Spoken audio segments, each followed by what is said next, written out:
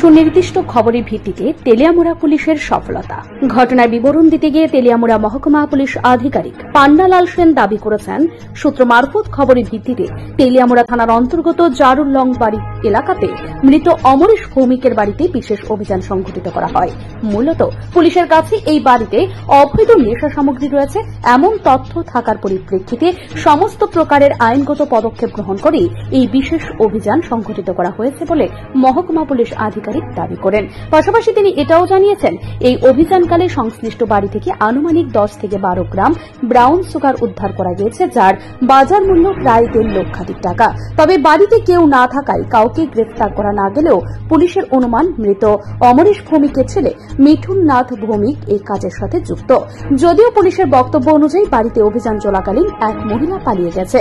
গোটা ঘটনার পরিপ্রেক্ষিতে সুনির্দিষ্টভাবে এনডিপিএস অ্যাক্ট অনুযায়ী মামলা গ্রহণ সাপেক্ষে ঘটনা তদন্ত কাজ এগিয়ে যাবে বলে পুলিশের তরফ থেকে দাবি করা হয়েছে। এই বিশেষ অভিযানে মহকুমা পুলিশ আধিকারিক ছাড়াও সাধারণ প্রশাসনের পক্ষে পরিপদ সরকার সহ বিশাল পুলিশ বাহিনী ছিল। আজকে তেলিয়ামুড়া থানাতে একটা খবর আসে যে জারুলংয়ে লক্ষ্মীনাথ ভৌমিক, ওনার স্বামীর নাম মৃত অমরেশ ভৌমিক, ওনার সন্তানের নাম মিঠুন নাথ ভৌমিক। ওনাদের বাড়িতে কন্ট্রাব্যান্ড আর্টিকেল আছে। এটা আমার থানার অফিসার রাজেন্দ্র ওর কাছে আসে, তখন অ্যাকর্ডিংলি সে এটাকে জিডি করার পরে সে আমার ওসির আদেশ অনুসারে সে আমার কাছ থেকে একটা অথরাইজেশন নেয় যে সার্চ রেড করার জন্য। পাশাপাশি এসডিএম এর অনুমতিক্রমে একজন এক্সিকিউটিভ ম্যাজিস্ট্রেটকেও রিকুইজিশন দেওয়া হয়। তো তখন এখানে এক্সিকিউটিভ ম্যাজিস্ট্রেট হরিপদ সরকার উনিও আসেন, আমিও আসি, প্লাস থানার টিম স্টাফ সবাই এখানে আসে। আসার পরে যে বাড়িটা, সেই বাড়িটা আইডেন্টিফাই করে, তো বাড়িটাতে যখন যাই আমরা, তখন বাড়িটা থেকে একটা মহিলা পালিয়ে যায় আর কি।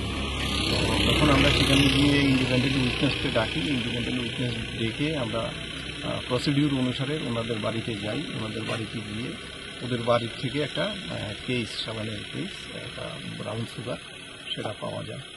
তো সেটা অনুমান 10 থেকে 12 গ্রাম।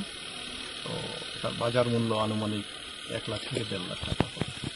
তো এটার ইয়েতে যেহেতু আমরা তারা পুলিশের আগমনের পেয়েই বাড়িতে, খুব সম্ভবত মিঠুন নাথ ভৌমিক যে সে ছিল না, কিন্তু ওর মা ছিল বাড়িতে, কিন্তু উনি পেছন দিকে পালিয়ে যান। তো আমরা একটা স্পেসিফিক এনডিপিএস অ্যাক্টের কেস নিচ্ছি।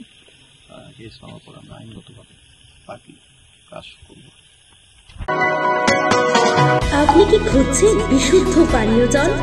তাহলে আজই বেছে নিতে হবে অত্যাধুনিক প্রযুক্তি ও পরীক্ষা নিরীক্ষার মাধ্যমে প্রস্তুতকারী পানীয় জল Acme.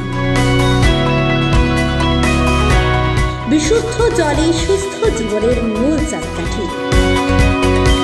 Acme package drinking water. Bureau report, news Tripura 24।